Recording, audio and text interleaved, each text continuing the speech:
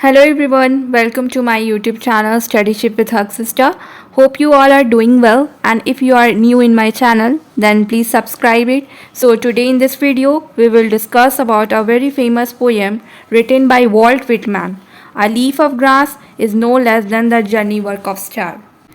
ये पोएम काफ़ी हद तक कंफ्यूजिंग रही है क्योंकि पोएट ने हर एक लाइन को काफ़ी पोइटिकली लिखा है।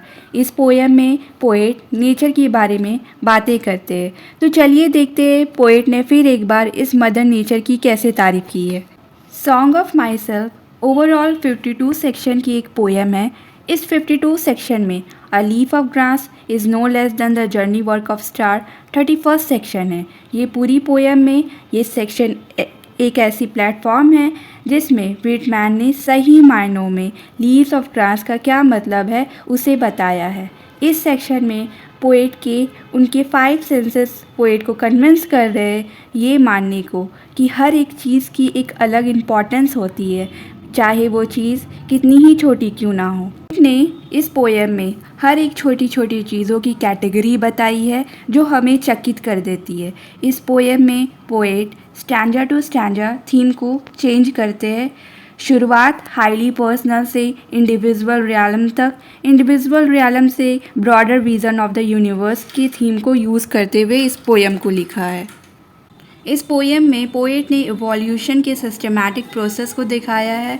इवोल्यूशन टर्म के थ्रू पोएट ने ये समझाने की कोशिश की है कि ह्यूमन बॉडी में इवोल्यूशन होता है। जो बॉडी आज है वो पहले ऐसी नहीं थी। हमारी बॉडी में बहुत सी चेंजेस और म्यूटेशन के बाद आज हमारी बॉडी ऐसी है। पोएट ने इसी बात को शो किया है कि इस वर्ल्ड के हर एक फ़िज़िकल चीज़ें एटम से बनी हैं जो अपने आप को लाइफ और डेथ के प्रोसेस में रिसाइकल करती है। मरने और जीने की राज कभी किसी इंसान को नहीं मालूम होंगे, चाहे वो इंसान कितना ही बूढ़ा क्यों ना हो जाए।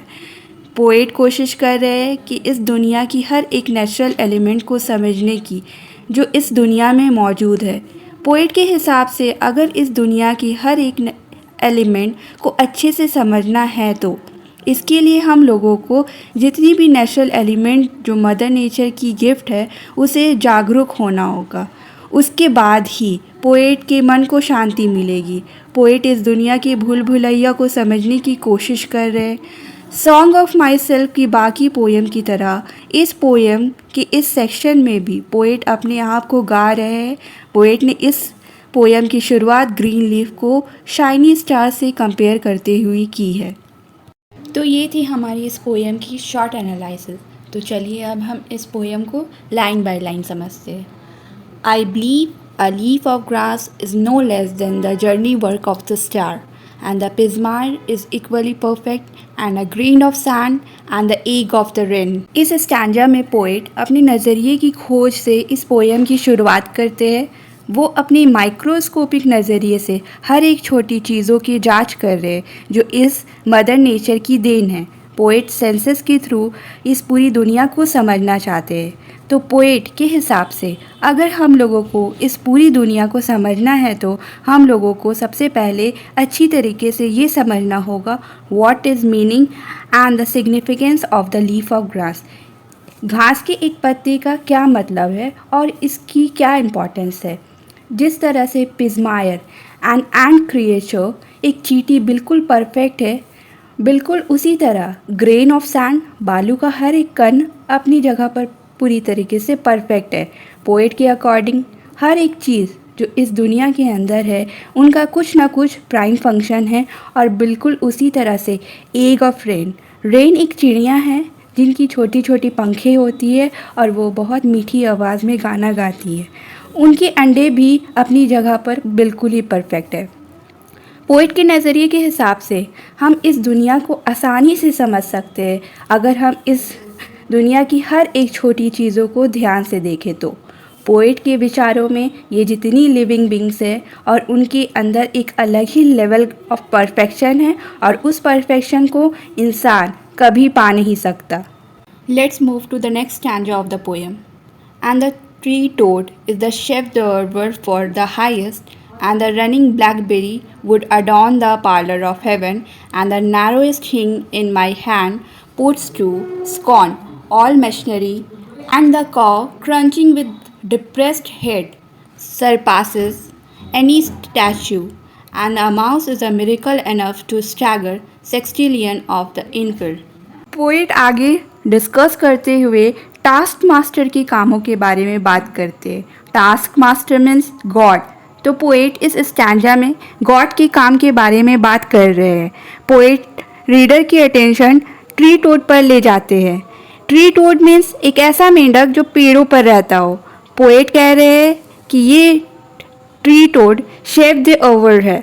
गाइस, यहाँ पोएट ने फ्रेंच फ्रेज को यूज़ किया है लाइन को खूबसूरत बनाने के लिए। ये शेप द ओवर का मतलब मास्टरपीस है। पोएट के कह रहे हैं कि ये ट्री टोड मास्टरपीस है गॉड की। पोएट बोल्ड वे में कह रहे हैं ताकि वो नेचर की खूबसूरती को बयान कर सके। ट्री टोड को पेड़ पर चढ़ने के लिए जाना जाता है। जिस तरह मेंढक धीरे धीरे पेड़ की ऊंचाइयों तक चढ़ रहा है, बिल्कुल उसी तरह पोएट की क्यूरियोसिटी इस नेचुरल वर्ल्ड को जानने के लिए बढ़ती ही जा रही है। और ये line and the running blackberry would adorn the parlour of haven, poet का इस लाइन से ये कहना है जो प्लैनेट अपने ऑर्बिट पर घूम रहे हैं, अगर उस प्लैनेट को हम जन्नत से देखें तो वो बिल्कुल ब्लैकबेरी की तरह लगती है। जन्नत यहाँ पर साइलेंट पॉइंट है इस लाइन की। इस नेचर को जानने के बाद पोएट एक दिन मर जाएंगे और जन्नत में शामिल हो जाएंगे, पर पोएट जन्नत से भी अपने इस काम को जारी रखेंगे। मतलब ये है कि वो जन्नत से भी इस दुनिया की नेचुरल एलिमेंट की तारीफ़ करते रहेंगे। पोएट के नज़रिए के हिसाब से हमारी उंगलियां की जॉइंट या हमारी हथेलियों पे जो लकीरें हैं, उन लकीरों को समझना एक मशीन को समझने से भी ज़्यादा कठिन है। पोएट ने नेचर की खूबसूरती को और भी अच्छे से बयान किया है। पोएट कह रहे हैं एक गाय जो कि मीडो मीन्स फील्ड ऑफ ग्रास में चल रही है अपनी उदास सर के साथ, वो ज़्यादा खूबसूरत चीज़ है इस नेचर की बाकी उन मैनमेड स्टैचू से। और किस तरह एक चूहा अपनी छोटी छोटी जादू दिखाकर सेक्सटिलियंस मीन्स वैसे लोग जो गॉड के ऊपर भरोसा नहीं करते मगर इन जादू को देखकर शायद नॉन बिलीवर्स भी गॉड की क्रिएटिव पावर पर विश्वास करने लगे।